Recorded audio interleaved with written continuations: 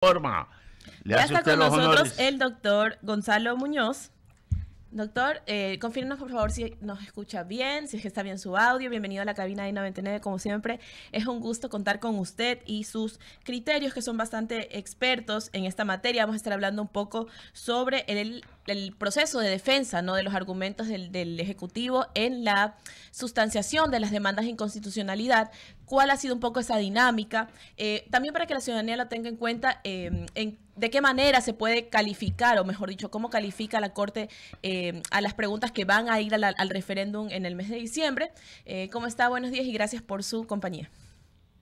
Amanda, buenos días, ¿cómo estás? Un saludo cordial para ti, para Ramiro, igualmente a todas las personas que nos ven y nos escuchan esta mañana por Radio I99.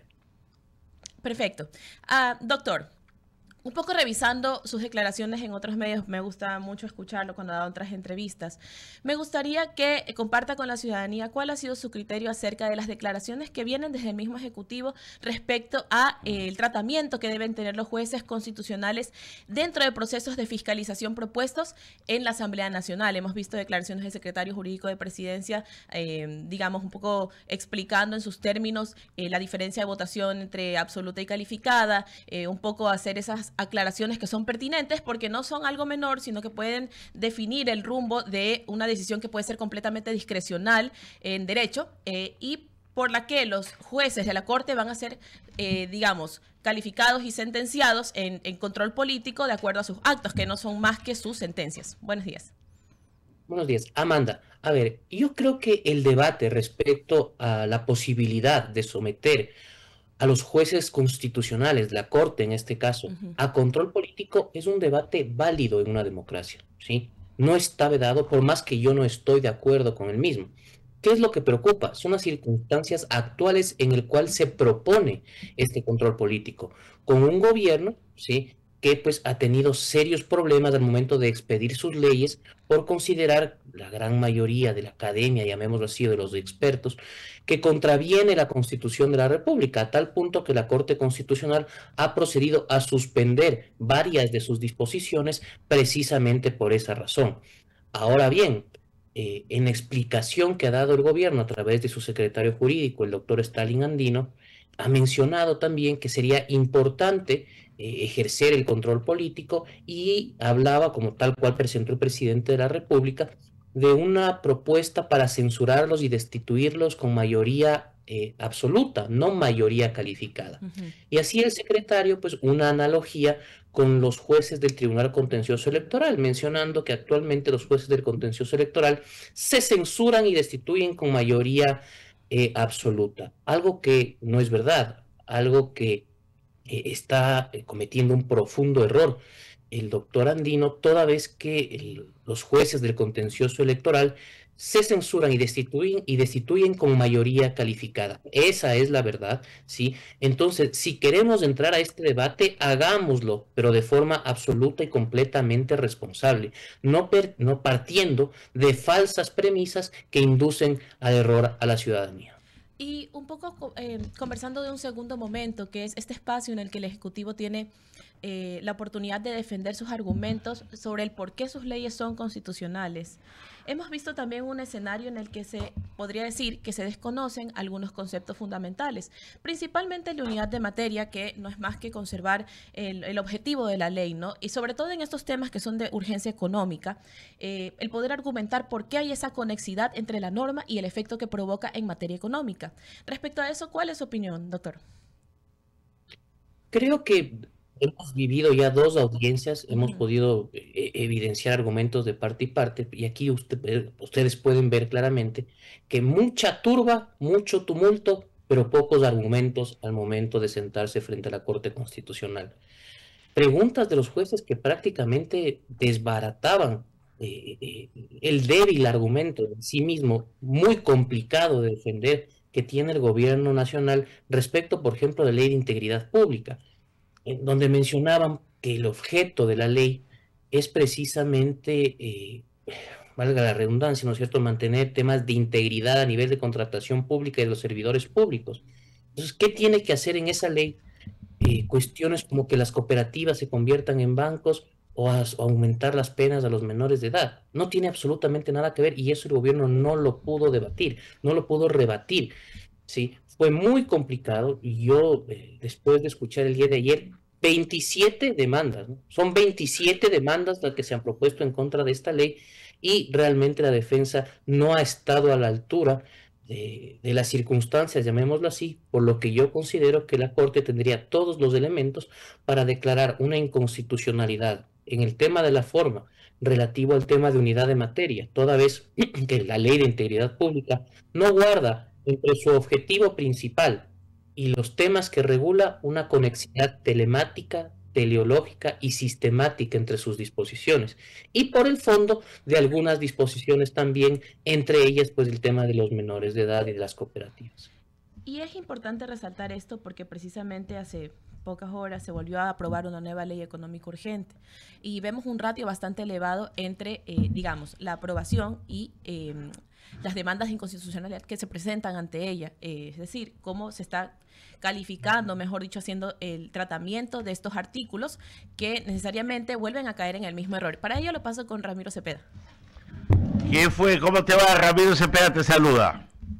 Estimado Ramiro, muy buenos días, gusto de verte como siempre. Igualmente, cuando entramos a la universidad, a la Facultad de Derecho, de las primeras cosas que nos enseñan es la definición de ley. Ley es la expresión de la voluntad soberana, que manifestada en la forma prescrita por la Constitución, subrayo, prescrita por la Constitución, manda, prohíbe o permite. Tienen una parte. Es la expresión de la voluntad soberana que pide a gritos que haya un orden, que haya una actitud mucho más firme, que se proteja al militar, al policía y que de una vez por todas se destruya al estamento terrorista que tiene sometido al país. Pero la otra parte que han olvidado es que es de la forma prescrita por la Constitución. Y ahí es donde está el meollo del asunto. Porque cuando se tiene una mayoría, a veces nos olvidamos de ciertos procedimientos y creemos que porque tenemos dos asesores que nos dicen que esto se puede hacer dándole una virada muy difícil a la ley, terminan asesorando al magistrado, al presidente del Congreso, de una manera totalmente equivocada. Y por ganar tiempo, ¿qué resulta ahora? Que lo estamos perdiendo totalmente. ¿Cómo enderezar este entuerto? Porque claro está que no se pueden haber equivocado tantos abogados al decir que el procedimiento no fue el adecuado. Ramiro, yo creo que fue una actitud deliberada y equivocada por parte de la Asamblea Nacional, partiendo de las premisas, exponiendo. ¿En qué sentido? Tenemos una mayoría sólida, de la cual me alegro y me parece correcto que la tengan, porque es una forma de trabajar en forma articulada con el Ejecutivo desde la Asamblea Nacional, pero siempre observando la Constitución, no como en el caso de las leyes de solidaridad, como en el caso de la Ley de Integridad Pública, en donde prácticamente pues dejó de importar lo que diga la ley fundamental. Nos guste o no nos guste esta Constitución, hay que cumplir con sus disposiciones, que para el tema de legislación son bastante básicas. Usted tiene que cumplir con una unidad de materia. ¿Sí? Todos los temas que trata una ley tienen que tener una conexidad lógica. Es algo bastante simple, la verdad. ¿Ya? Si no cumple ni con eso, con el objetivo de hacer una ley fanesca. Ayer mencionaba el doctor Benavides una ley con satélites o con vagones, como se dijo en la ley El Trole, pues usted está contrariando la Constitución. Entonces no puede esperar que los votos se impongan sobre la razón y sobre el derecho. Eso no tiene ningún sentido y la Corte Constitucional está en la obligación de corregir. ¿Por qué? Porque caso contrario, se sienta un precedente que puede ser funesto. El día de mañana, y olvidémonos del presidente Noboa, está cualquier otro presidente y en una ley urgente económica nos mete de todo, ¿sí? Con el precedente de que la Corte Constitucional ya dio paso en estos casos. En virtud de aquello, y yo sí pienso que la Asamblea Nacional debe repensar su forma de actuar, ¿sí? Debe respetar la Constitución más allá de sus votos. He podido revisar la ley de fundaciones, pienso que es una ley en su gran mayoría positiva, ¿sí? Es necesaria, ¿sí? Para transparentar los recursos, ¿sí? de aquellas fundaciones que, si bien se encuentran reguladas mediante decreto ejecutivo, me parece correcto ahora que se lo proponga vía ley. Más allá de que hay un pequeñito también problema ahí de unidad de materia, ¿no? Que están regulando el tema de las utilidades que no tienen nada que ver con el objeto de la ley. Pero en todo caso, es una ley positiva. Gonzalo, sí, pero resulta que uno de los argumentos que yo escuché, no me acuerdo a cuál de los defensores, no sé si el abogado del Congreso o de la Presidencia de la República, decir, no, pues es que esto ayuda a todo el sistema social, a las personas, a la seguridad de ellas, entonces la unidad de materia es el bienestar general. Y dije, chucha, este genio que me acaba de salir, porque todas las leyes buscan el bienestar general y por supuesto una convivencia en sociedad, casi que había que llevarlo a estudiar a Rousseau y el contrato social, ¿ya? Pero sigo sin entender estos argumentos tirados de los cabellos, cuando es mejor recular en lo que se hizo mal, llevarlo a hacerlo bien, porque tienen la mayoría. ¿Cuál el apuro? Es la parte que sigo sin entender. Es verdad también, ayer escuchamos argumentos descabellados, pero el hecho cierto es que es muy difícil, Ramiro, prácticamente imposible defender algo que es indefendible, ¿sí? Y yo ayer veía que había un trabalenguas entre el pobre secretario y la abogada de la Asamblea, cuando les preguntaban si la ley tiene una sola temática o varias temáticas ante la pregunta de una de las juezas. Y decía, tiene que tener una sola temática la ley, pero ellos rebatían al juez, ya no, tiene que tener varias temáticas. Si tiene varias temáticas, pues ya no tiene unidad de materia.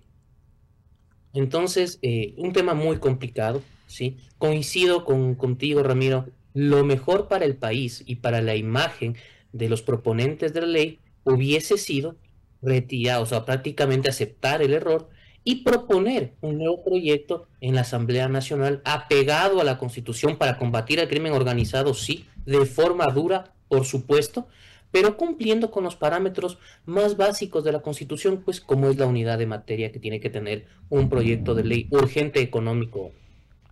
Gonzalo, hay algo, y yo no sé si vas a coincidir conmigo, de lo cual este gobierno hace gala desde sus inicios, y es poner por encima de la ley al interés general de los ciudadanos cuando no es un caso, ¿cómo te puedo decir?, que sobrepasa a la ley, porque está todo cubierto. Y te voy a dar los ejemplos.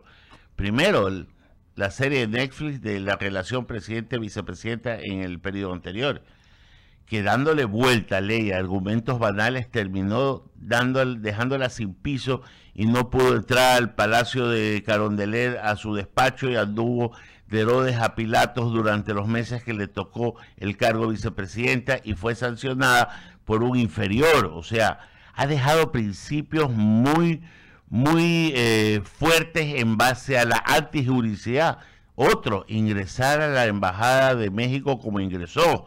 Ya la mayoría del pueblo aplaudió porque fueron a sacar a alguien que se había escondido de la persecución de la autoridad y del ejercicio de una sanción por parte de la autoridad pertinente, pero violando una cantidad impresionante de leyes y la seguridad que ofrece una embajada como territorio extranjero.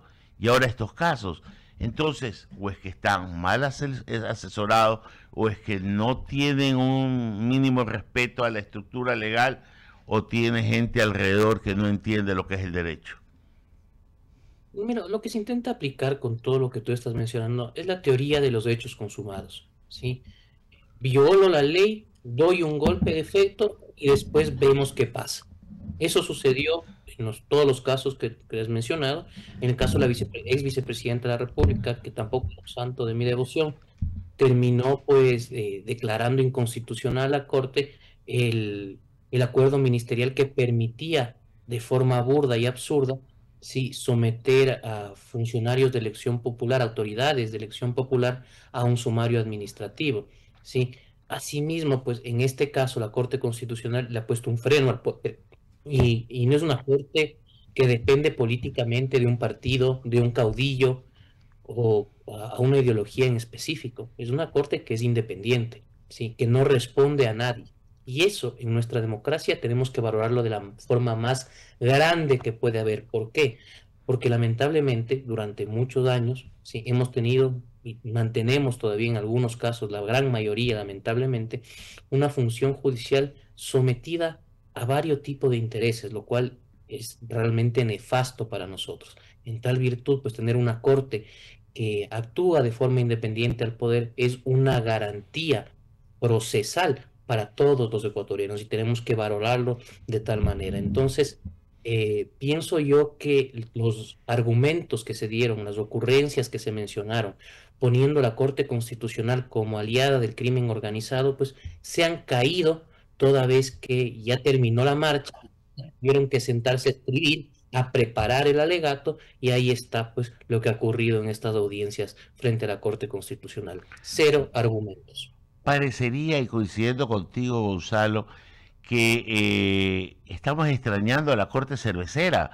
O sea, estamos extrañando la sumisión de la máxima instancia del control constitucional al poder político y al poder del Ejecutivo o de cualquiera que lo desee, porque quieren que hace fallos a la medida. Yo estoy coincidiendo contigo que hay muchos fallos que no me han gustado, pero nadie me venga a decir que le han puesto algún halo de duda sobre sus fallos. Se pueden haber equivocado porque así son los fallos, pero que estén a golpe de teléfono o de un maletín, yo no he escuchado nada de eso en lo que llevo estando aquí en este medio de lo que existe la Corte Constitucional. Entonces, ¿qué es lo que estamos extrañando? ¿Una corte sometida al poder político? A eso parece, lamentablemente, una corte que sea condescendiente con el poder de turno, porque la corte cervecera hasta el 2017 era una corte prácticamente sumisa a quien ostentaba el poder en esa época, el correísmo. Después ya dio un giro político, jamás jurídico, en la época de Moreno. Entonces, eso jamás puede volver a suceder en el Ecuador. Repito, coincidiendo contigo una vez más, Ramiro, se han equivocado en mi criterio muchas veces. Los he criticado incluso públicamente, pero tengo que defender su honestidad y su independencia. Esa es la corte que tenemos actualmente, con errores como todos los seres humanos, ¿sí? Pero una corte que, en virtud de estas dos cuestiones que estoy mencionando, es una garantía para reparar en caso de que exista una vulneración a nuestros derechos. Gonzalo, agradecerte, la verdad que muy refrescante la entrevista, estamos dándole vuelta a esto y ojalá que el gobierno entienda que tiene los instrumentos a su mano, que tiene una mayoría sólida, que se demore un poquito más, pero que se hagan las cosas con el talante, el talento y sobre todo enmarcadas en los procedimientos que la ley y la Constitución así demandan. Que tengas un buen día, Gonzalo. Igualmente para ti, Ramiro, para Amanda, un saludo cordial. Gracias a todas las personas que nos vieron y escucharon esta mañana. Abrazo. Abrimos el espacio de las menciones publicitarias, querida Amanda, y decimos: Guayaquil de todos los colores se viste en el Malecón 2000.